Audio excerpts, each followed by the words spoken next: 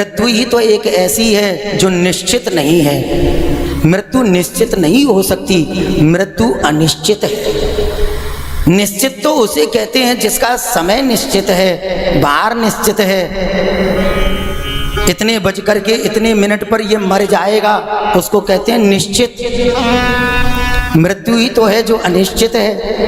अरे भैया, जब प्राणी जन्म लेता है तो आज की पद्धति में ये देखा जाता है, आने वाले नए मेहमान के विषय में 9 महीने पहले खबर लग जाती है, लेकिन जाने वाले व्यक्ति के विषय में 9 मिनट पहले भी नहीं पता चलता कि ये व्यक्ति संसार छोड़ करके जाने वाला है। ये प्रकृति का नियम है। एक बार सब एक ही स्वर में कहो, मृत्यु। सही बात है, किसकी कहाँ होनी है उसके लिए तो निमित्त होता है। एक बार इंद्र की सभा में सब देवी देवता बैठे थे। इतने में वहाँ पर देवताओं की नगरी में सभा के मध्य अट्टालिका पर एक कबूतर बैठा था।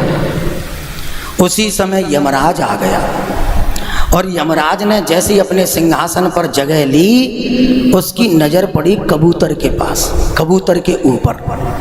और जैसे ही कबूतर को देखा तो कबूतर को देख करके यमराज हंस पड़ा।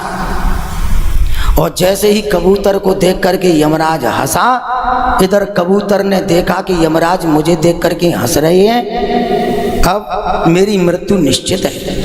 यमराज किसी की तरफ देख भर ले, हंसने की तो बात दूर की बात है, समझ लो आज हमारी मृत्यु निश्चित है। थर थर थर थर कांपने लगा वो कबूतर। इतने में पक्षियों का हित करने वाले, पक्षियों का राजा गरुण जब कबूतर से कहता है, हे कबूतर, तुम थर थर थर थर कांप रहे हो, तुम्हारी आंखें नम हो रही हैं, क्या कारण है, क्यों डर रहे हो? बोले महाराज क्षमा करना, मुझे अभी अभी यमराज ने प्रवेश करते हुए बैठते हुए मेरे ऊपर नजर डाली और वो मुझे देख करके हंसे, मुझे देख करके हंसे। इससे ये तो कन्फर्म हो गया कि आज मेरी मृत्यु निश्चित है, यमराज मुझे मार के छोड़ेगा। गरुड़ ने कहा, यमराज की क्या औकात है, मैं तुम्हें ऐसी जगह छोड़ के आता हूं कि तुम्हारी मृत्यु हो ही नहीं सकती। यमराज की नज़रों से मैं तुम्हें इतनी दूर करके आता हूं, यमराज का बाप भी तुम्हें देख नहीं पाएगा। और होना क्या था, हवा की तेज गति से उड़ने वाले गरुड़ जी ने कबूतर को अपनी पीठ पर बिठाया। हजारों किलोमीटर चल करके गरुड़ जी महाराज पीठ पर बिठा करके कबूतर को लेके गए और एक गुफा नजर आई और गुफा में सुरक्षा देखते हुए, सुरक्षा की दृष्टि से उसे उस गुफा में छोड़ करके आ गए। गरुड़ जी बैठे यमराज के पास, तो गरुड़ जी ने कहा, तुम कबूतर को देख करके हंस रहे थे, हंसी का कारण क्या है? तब यमराज ने कहा, मुझे हंसी इस बात की आ रही थी क्योंकि उसकी ललाट की रेखा पर लिखा था, आज शाम को 5 बजे कबूतर मर जाएगा। लेकिन मरेगा कौन से स्थान पर? यहाँ से कई हजार किलोमीटर दूर, और वो भी अजगर के मुख में इसके प्राणांत होंगे। हंसी इस वजह से आ रही थी, ये तो यहाँ बैठा है, तो हंसी इस बात से आ रही थी, क्या ब्रह्मा की लेखनी भी झूठी हो सकती है? ये यहाँ पर बैठा है, इतनी तेज गति से उड़ भी नहीं सकता, हजारों किलोमीटर का ये सफर कैसे तय कर सकता है? मुझे पता चला है तुम अभी अभी कबूतर को जहाँ हजारों किलोमीटर दूर छोड़ करके आए हो, वो गुफा नहीं थी, वो अजगर का विशाल मुख था, और तुम उसी अजगर के मुख में बिठा करके आ गए। बैठो।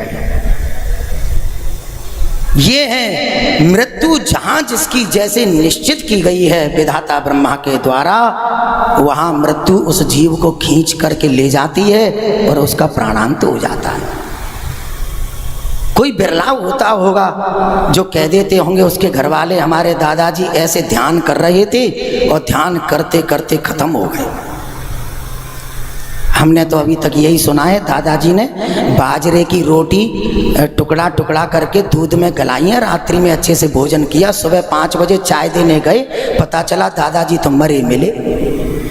क्यों मर गए? बोले हार्ट फेल हो गया उनका, हार्ट अटैक हो गया उनको, कोई किसी बीमारी से मृत्यु बहाना लेकर के शरीर का स्पर्श करती है।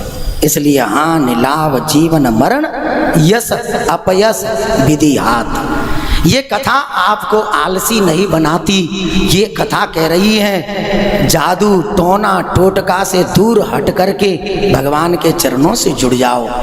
ऐसा कोई बेलपत्र नहीं बना जो तुम्हारे चढ़ाने से तुम्हें रातों रात करोड़पति बना दे। ना ना, बेलपत्र चढ़ाना हमारी मर्यादा है, क्योंकि शंकर उससे प्रसन्न होते हैं। तो शंकर प्रसन्न तो तुम्हारी आत्मा प्रसन्न, क्योंकि आत्मा में परमात्मा का निवास है। लेकिन भूख जब लगती है उसके लिए शरीर से कर्म करना पड़ेगा। आत्मा की खुराक भजन है और शरीर की खुराक भोजन है। तो टोना टोटकाओं से हट करके सबसे पहले तुम्हें अपने कर्म को सार्थक करना पड़ेगा, कर्म से जुड़ना पड़ेगा।